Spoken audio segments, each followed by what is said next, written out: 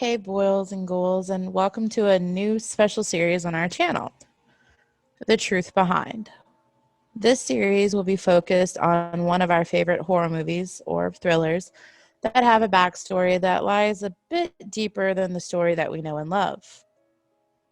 Today, we'll be diving into an urban legend-based classic, Candyman.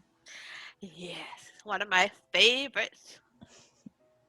Are you ready to get into this true story turned villain? No, but I have no choice, so let's go. We all know the basis of one of Hollywood's most infamous slashers, but not many people know that this masterpiece has a tragic backstory behind the legend. Our beloved Candyman comes from a real person, Daniel Robitaille, the son of a former slave who managed to escape that life by inventing a machine to mass produce shoes. Oh, well, at least he found something very useful. Yes. So keep in mind during this time, this is a whole different era, by the way, everyone. This is right after the Civil War happened. hmm So this isn't anywhere near our time period. Uh, Everything that I'm about to say does not reflect my beliefs. I apologize that I am focusing on the story, but it was interesting when I first learned about it. Didn't realize it was so heartbreaking. no, I remember you telling me a little bit about it. It is so so upsetting. It's something that seems like something I should share based on what's happening in the world right now. Yeah. Even though Daniel grew up among the elite, he even was going to an Ivy League college, well, Ooh. college, quote unquote. His life took a bit of a turn when he fell in love with his white employer's daughter. He was painting a mural because he was a very good artist. He was painting a mural of this man's daughter, Mhm. and he fell in love with her. Aw. Um, with this love, they conceived a child, which, as you can Uh-oh. guess, didn't go too well with good old dad. No. Um, Unfortunately, in a gruesome act of racism, Caroline's father gathered a mob of people to track down Daniel. Oh. Daniel's death was absolutely horrific, no matter what point in time it happened. The mob sawed off Daniel's right hand, much like Candyman's hooked hand. That's why his right hand is the one that has the hook, because as like Daniel, that's the hand that was removed, unfortunately. Yeah. He was then covered in honey and attacked by bees. You can see the similarities between this true heartbreaking tale and what we've all come to love in Candyman. In the film, Tony Todd's character seems to always be followed by bees and has a swarm that comes out of his mouth countless times to, lure people in. And This is yeah. this is because, like we said, Daniel was pretty much meant to be attacked by the bees. This whoever did the movie, Mm-hmm. wrote it or created it, whatever you want to say, seemed to do a really good amount of research here. So the second one is more accurate to the story. If you've ever seen hmm Farewell to Flesh, it's more based on this actual story. For the first one, I noticed during my research that there are multiple little tidbits that could be based in the movie. Um, so if you don't know, and if people listening don't know, Candyman was actually one of Clive Barker's stories that was turned into a movie. Yeah. And if any of you know Clive Barker, who also did Hellraiser, um, no offense, I love you, but he's really messed up in the head. If you've read oh my gosh, I can't think of the name of the book, but there's a series of books, the Book of Blood or something. It's something really morbid, and if you read it, it is very graphic. Like, Oof. viewer, reader, whatever discretion is advised if you pick up anything from Clive Barker, because if you've seen Hellraiser, amplify that by 1,000 and you'll get what he writes. Candyman was very tame. And it does seem like the first movie was based more on like the urban legend. Yeah, the hooked guy. Yeah, that one seems more based on the urban legend, while the second movie seems to be based more on the actual story of what happened to this man. Yes. Both are. I'm just gonna go ahead and say this: Candyman is one. I've only seen the first two because I haven't been able to find the others, but they are. The series is one of my absolute favorites. I think Tony Todd does an amazing job, and watching this his Daniel's death scene in the second movie is it. Tony Todd's an amazing actor. It's heart-wrenching because It is. I saw the clip from it. I've never seen the second one because I wasn't aware that there was a second one. But when I researched for this video, or well, yeah, this video, I saw that the part in the movie, and now I'm not going to spoil it because, well, it is kind of a spoiler. But if you're listening to It's this, it's very hopefully, close to how you described what they did to him. it's yeah. It's There's another part that I know was in the movie that we're about to get into that was very accurate. Yeah, and his portrayal of that scene, Tony Todd's portrayal, his acting in that scene, it's just I had to stop the movie for a minute, for a while, Hmm. because I could just feel his pain, and it Yeah. looked like he was in pain, like he was actually going through this, and it hurt. Unfortunately, while Daniel was suffering and dying slowly, the mob of men chanted Candyman over and over again. It is also said to be his own last words, said into a mirror that was held up by Caroline's deranged father. The Jesus. rest of this terrible tale is now what nightmares are made of. In the movie Candyman, Helen, played by Virginia Madsen, is said to be the reincarnation of Candyman's lost love. It was never confirmed, but if they were playing off of the urban legend, this speculation would make perfect sense. The sequel of the original seems to bring the urban legend more to light.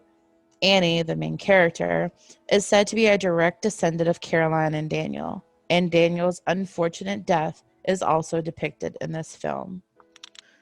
It's easy to see why Tony Todd's Candyman is as hostile as he is in the film after hearing the horrible tale that brought this to light. Let's end this depressing truth behind with some random facts about Candyman, shall we? Uh, I Number remember when one. you told me you were gonna do this, I couldn't help but laugh. I was just like, this is a really dark and depressing thing. Here are some random facts. Uh-huh. I mean, trying to lighten the mood. Try not to end this on a depressing as fuck note here, y'all. Mhm. Number one. Eddie Murphy was considered for the lead in Candyman. No. Yes. Oh, okay. Well, when Candyman was made, I can see why, Mm-hmm. Because this is but what in 80s, early 90s. this is really early I 90s. should know Pretty this. sure Candyman. Not the new one. 1992. 1992. There we go. Yeah, I see it now. So 92. yeah. So imagine Eddie Murphy in like 92, not current Eddie Murphy. Well, he did a really good job in A Vampire in Brooklyn, Mm-hmm.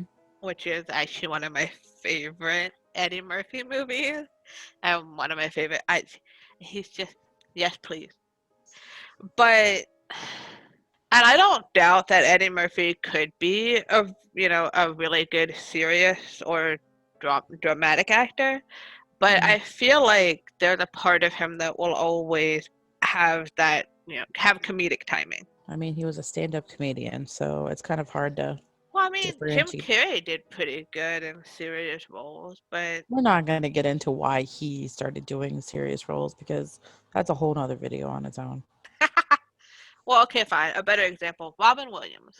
Yes, there you go. I love him and anything he does. Loved. No, still love him. Still love. Still love him. Anything he did, everything he did. It's just, if it's a Robin Williams movie, I'm probably gonna like it. So, it's not too far fetched to believe Eddie Murphy could pull it off, but uh, uh, no, Tony Todd. I don't know. I can't see anybody else being Candyman. Mm-mm. It's just Tony Todd is so fucking perfect. Mm-hmm. All right. Number 2. An unexpected pregnancy landed Virginia Madsen the lead. When asked by a Horror News Network about how she got the role, she shared that it was almost by accident. She was supposed to play Bernie, Bernie. her best friend. Mm, mm. But right before, the lady who had gotten the role originally found out that she was pregnant. So Ah, they switched her up.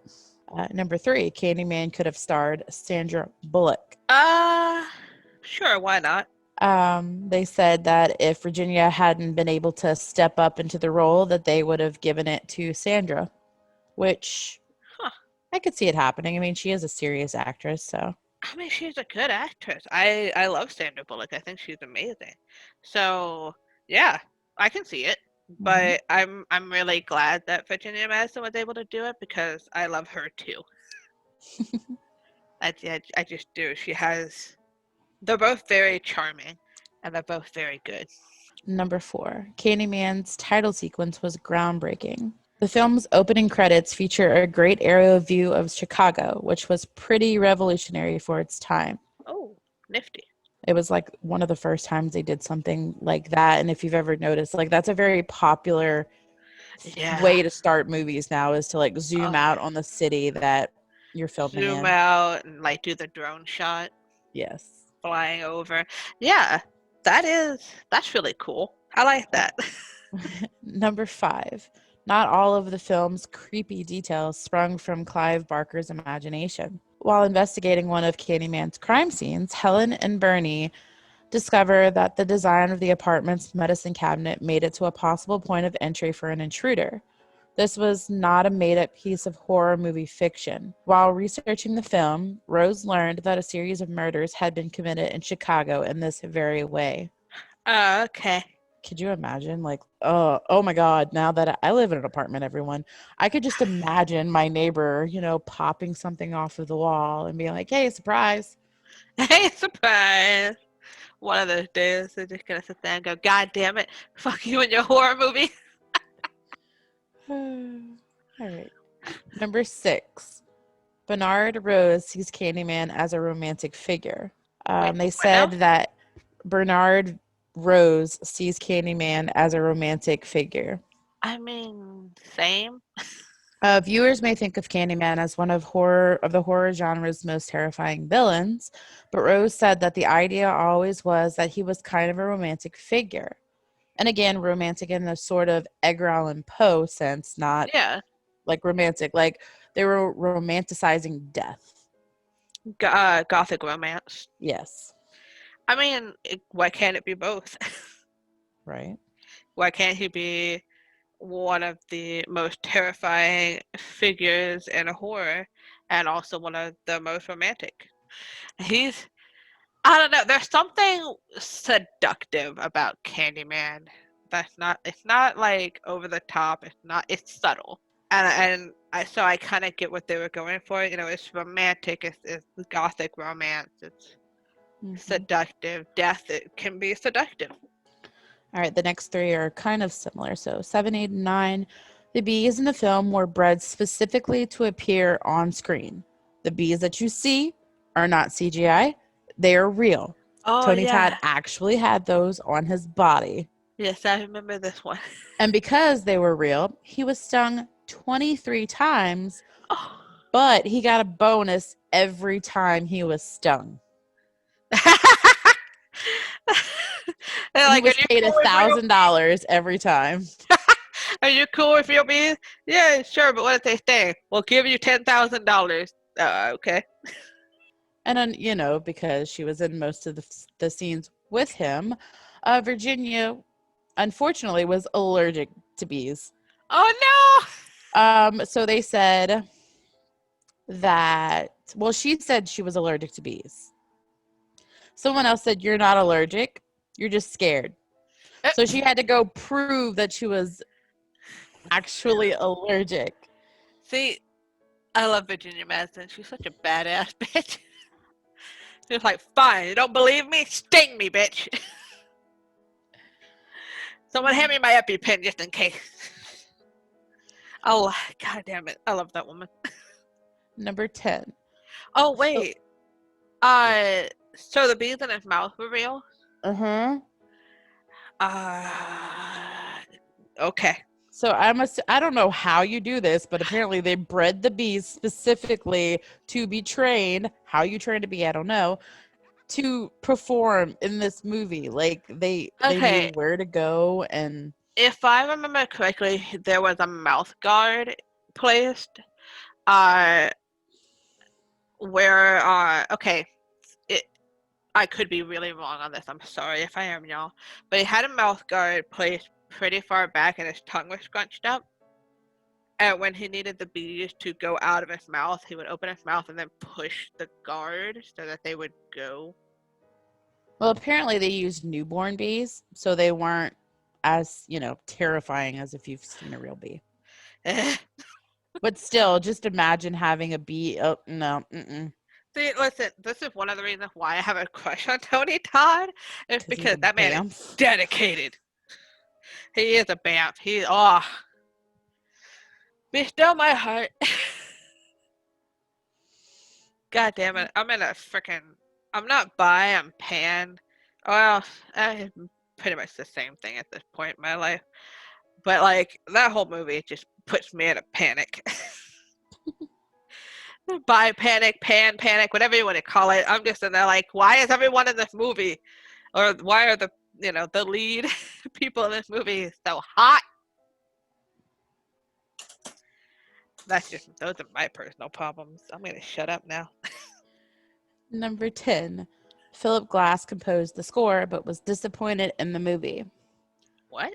When Philip Glass signed on to compose the score for Candyman, he apparently envisioned the final film being something totally different.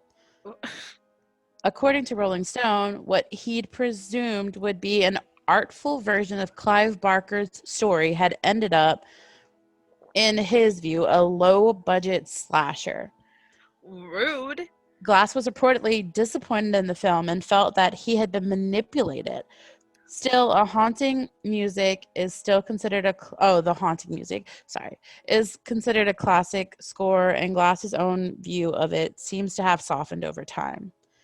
He said that now in 2014 it's become a classic, so he still makes money from it. So of course he's happy with it. I mean, if it flopped, he'd probably be, still mad. Mm-hmm. Wow. Uh, I mean, there doesn't seem to be anybody else standing around going, no, Phil, we told you. We told you what this was going to be, Phil. I don't Number know. 11. Many of the film's scenes were shot at Cabrini Green. Now, recently, well, fairly recent, they finished demolishing the housing project. Uh, But at the time, it was still open. While the project's real life story or history weaves its way into the narrative of Candyman, it only makes sense that Rose would want to shoot there, which he did. But in order to gain permission, he had to agree to cast some of the residents as extras. So some of the people that you see that are in the housing project are actually real people that lived in the housing project that was in Chicago. oh, okay. Nifty. And number 12. Candyman's producers were worried that the movie would be considered racist, which, now we know why, because of the backstory. Gee, I wonder why. Oof. And one of the funny ones is that Candyman is still the role that Virginia Madsen is most recognized for. Apparently, more people recognize me from that than any movie that I've ever done. It means a lot to me. It was after years of struggling. As an actor, you always want to film I want a film that's annual, like It's a Wonderful Life or Christmas Story. I just love that I have a Halloween movie. Now it's kind of a legend. People have watched it since they were kids, and every Halloween it's on, and they watch it now with their kids. That means a lot to me. The place I get recognized the most is the airport security for some reason. Every person in airport security has seen Candyman. Maybe it makes them a little afraid of me. So I recognized her at first because it took me a while to see Candyman. I recognized her all the time from the number 23. I, for the longest time, thought that she was the same woman who was in X Files Oh, yeah. because they look Yeah. very similar. Yeah. They do. What's her name? Jillian? Gillian Anderson. Yes, yeah, I was right. I was Or like, I know Gillian it's Anderson. Jillian, yeah. Yeah.